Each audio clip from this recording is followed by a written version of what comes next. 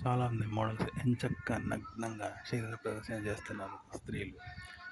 చక్కగా భంగిమలతో. కానీ అందులో ఎక్కడ సెక్స్ ఉండదు. అంటే వాళ్ళు కామంతో చేయరు.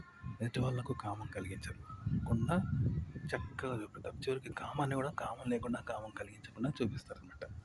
అది అందంగమే తప్ప అందులో అసభ్యం చూపెట్టడం లేదంటారు. అయితే ఇలాంటి స్త్రీలు కూడా అన్నీ చూపిస్తారు కానీ పిరుదుల మధ్య ఉన్న వాళ్ళ 2 పిరుదుల మధ్య ఉన్న ఆ మలద్వారాన్ని వాళ్ళు చూపించరు.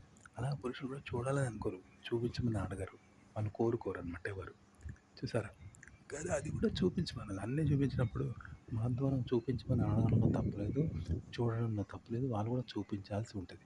అది కూడా కామంతోనో, అసభ్యంతోటో, అశ్లీలంతోటో లేదా కాదు అది చూడరానిది కాదు, అడగరానిది కాదనమాట. అబ్బాయిలు కూడా దాన్ని అసహించుకుంటారు మలద్వారం అని. ఆడవాళ్ళు కూడా దాన్ని చూపించరు వీళ్ళు అడగరని. కానీ అది చూడాల్సిందే, అడగాల్సిందే, వాళ్ళు చూపించాల్సిందే. అందమైన మొహాన్ని చూపించినప్పుడు నగ్నమైన శరీరాన్ని చూపించడంలో తప్పేందని అంటారు. కరెక్టే. ఇప్పుడు మోడల్స్ నగ్నంగా ఉంటారు. అది ఎట్లుంటుందంటే మొహాన్ని అందరం చూపిస్తున్నాం కదా! అందమైన మొహాన్ని అందంగా చూస్తున్నాం కదా! మీకు తెలుసు కదా అందగత్తెలు అందమైన మొహాన్ని చూసినట్టే అందమైన శరీరాన్ని చూపిస్తున్నారు. అందంగా చూపిస్తున్నారు.